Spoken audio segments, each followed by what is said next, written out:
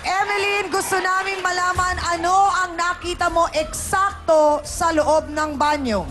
Naghahalikan po silang dalawa. Sabi niya, smack lang, sandali lang. Iba pa ang Baka kiss doon na ka na, kasi no? smack Kasi lasing ka na. yun. Doon Okay. ka.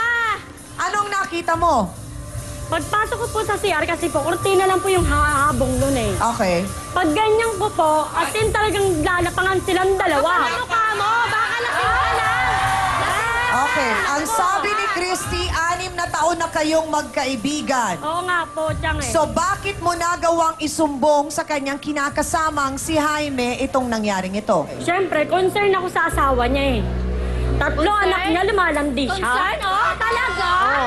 Concern? Oo, Baka gusto talagang mo maninga ng pamilya. Ang kapal ng Sandali lang, Emeline. Hindi kaya sa nangyari lalo silang gumulo? Hindi naman po eh. Hindi, Kasi kailangan totoo niya naman po kasi magsabihin sa nakita asawa ko. ko eh. Kailangan niya pa. Pangalawa na nga po yun eh. Iba Bakit? pa po Ano yung yung una una? kong nakita. Ano yung una mong Iba pa nakita? po. Naghahalikan sila. Tapos nung pangalawang naginuman kami, talagang nagubad na silang dalawa. Diretsa ang tanong, Christy, may gusto ka ba kay Ryan? Wala. May gusto yan! Wala po, Chang. Bakit umabot sa pangalawa? Kasi, Kasi gusto mo. Bitin ka kasi. Okay. Naunawaan namin yung nararamdaman mo. Baka kasi lagi kayong nag-aaway ni Jaime at pakiramdam mo, binabaliwala ka niya. Pinapahalagahan ba ni Ryan ang nararamdaman mo? opo, Chang. Paano niya ginagawa yon? Pag nag-aaway kami mag-asawa, si Ryan lagi kong kausap. Siya yung hinihingahan ko ng problema ko.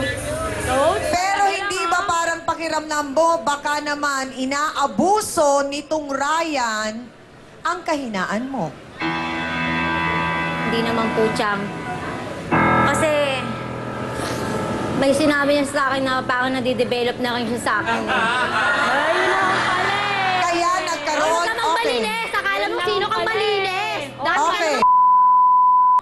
So yun ang dahilan. Okay, sandali lang, Christy. So yun ang dahilan kung bakit nagkaroon ng pangalawang insidente. Opo. So paano ngayon kung magkatuluyan kayo ni Ryan, paano ang mga bata? Kukunin ko sa asawa ko yung 3 kong anak. Nasaan ba ang mga bata ngayon? Na kay Jaime po. Na kay Jaime. So naghiwalay na kayo nang dahil sa insidenteng Opo. ito. Nung nahuli niya kami na halos kilaladkad niya ako. Nahuli kayo saan?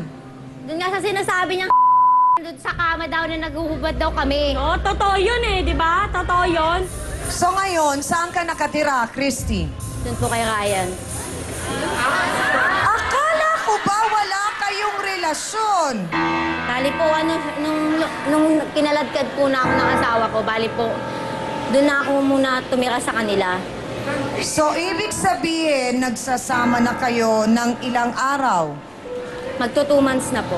Ay, ganun na katagal! Opo. Pero sabi mo, hindi mo siya gusto at wala kayong relasyon. Anyari? Bali po, Nakitira ka lang. nakitira lang po ako sa kanya. Sabi mo kanina, nadidevelop na si Ryan. Sino bang na-develop? Ikaw o siya? Parehas po. So, diretsa ang tanong, Christy, may relasyon na kayo ni Ryan? Wala po, Chang. Saan ka natutulog sa bahay nila? Sa sala? Doon po sa may nila, sa may kwarto. Sa kama ni Ryan? Bali po sa saig si Ryan. Kawawang Ryan. Pero sa kwarto ni Ryan? Opo, kasi wala naman nakatira sa bahay nila kundi siya lang. Hindi, ito lang ang gusto natin malaman kay Dr. Camille. Kasi marami sa ating mga kababaihan ang napupunta sa ganitong klaseng sitwasyon na kapag parang hindi na-acknowledge o na-appreciate marahil ng kanilang kinakasama, yung kanilang nararamdaman, parang ito yung nagiging mitsa para nga medyo mapalingon sila sa iba hindi ba? Tsaka may mga pagkakataon na kumisan ang isang kababaihan ay nagkakaroon ng tinatawag nating, hindi lang sa trabaho, yung tinatawag nating burnout syndrome. Ito yung pagkakataon na parang ayaw mo na, sumusuko ka na sa mga pangyayari. Kaya ang gagawin mo, nagiging yung hindi mo iniintindi kung ano mangyayaring susunod, pero pagbibigyan mo kung ano yung emosyon mo. So, halimbawa, kung ang emosyon mo ngayon gusto mo na magwala, kung gusto mo na sana merong taong makakausap na kahit sino pa siya, gagawin mo yun. At yun ang mahirap kasi may mga pagkakataon na ang ibang mga kalalakihan, they take advantage of that situation. Dahil pag nakita nila, oops, uubra to. So lalo na kung sabihin mo, gusto kong magwala, gusto kong maglasing. So makikita nila ngayon, hindi magiging careful ang isang tao dito eh. Bagkus mas lalo silang magkakaroon ng aggressive behavior na kahit halikan sila kahit sa ang bahagi ng kanilang katawan, eto sila parang naibibigay nila yung sarili nila. Ang sinasabi ni Emily, siya ay concerned sa kanyang kaibigan at lalo na dun sa mga anak ni Christy at dun sa kinakasama nga ni Christy, kaya niya nasabi. Kailan po ba natin o paano natin masasabi na ito ay concern at hindi pangingialam at hindi pagchichismis o pagsusumbong? Okay, from the word concern, Chang, pag sinabi niyong concern, ang emotion dapat dito is nag-aalala ka. Okay. So kung mag-aalala ka, ang kakausapin mo yung taong diretso. So which is si Christy dapat. Hindi dapat yung sasabihin mo na yung ibang tao. Kasi kung ibang taong kakausapin mo, iba ang ibig sabihin, hindi na concern yon. So parang sumbong nga ang nangyari. Oo, sumbong ang mangyayari. Okay. So parang Emily, ang lumalabas, dapat kinausap mo muna ang best friend mo. Bakit hindi yun ang ginawa mo? Hindi ko na nga po siya makausap kasi hindi na po siya lumalabas sa bahay ng Ryan na yun. Nung una mong sinabi kay Jaime, anong Binaliwala reaction niya? niya lang po. Binaliwala, hindi Opo, naniwala. sabi niya po, gawa-gawa kwento lang daw po ako. Okay. Sabi ko, papatunayan ko sa'yo yan. Sabi ko na ganun sa kanya. Kaya pala, binabantayan mo kami kung anong kilos ko. Siyempre! Emily, baka naman may gusto ka kay Jaime. Gusto mo lang silang may magulo. boyfriend Ah, may gusto yan. Ha? May boyfriend po Malamang. ako. Wala po. Gano'n na kayo katagal ng boyfriend mo? Mga 2 years na po kami na. Mga sausawera at sausawera. Wala naman daw palang gusto si Emily Hans. Oo nga, Chang. At ang sinasabi nga niya, ang concern nga niya ay yung mga bata nga daw, tsaka yung pamilya. So, kung kayo ay naniniwala sa sinasabi ni Emeline na talagang concern siya sa nangyayari sa kanyang kaibigan, puti ang itataas nyo. Kung naiintindihan nyo naman kung bakit nagawa ni Christy ang kanyang mga ginawa, abay pula ang makikita ko. Dahil boto hands na tayo! Go!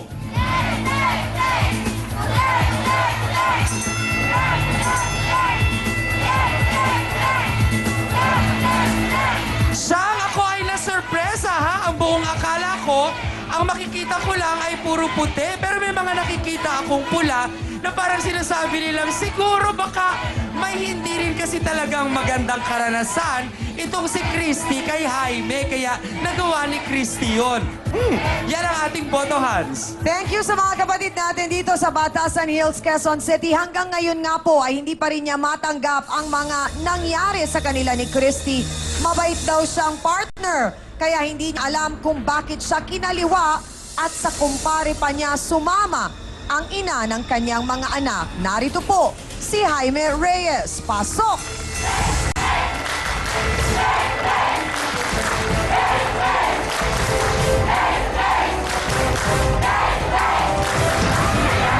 Sandali lang, Kuya Jaime!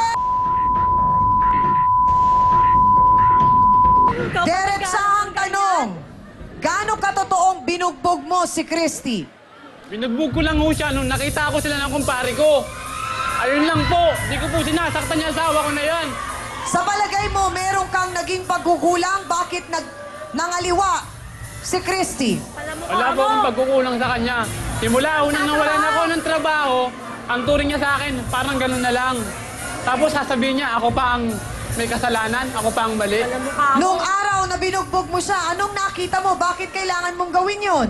Nakita ko po sila ng kumpare ko na naghahalikan.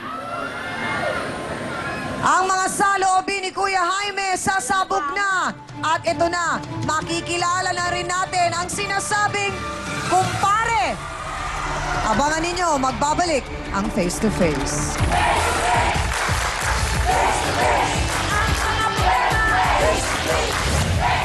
Nag-something-something na ba kayo ni Ryan?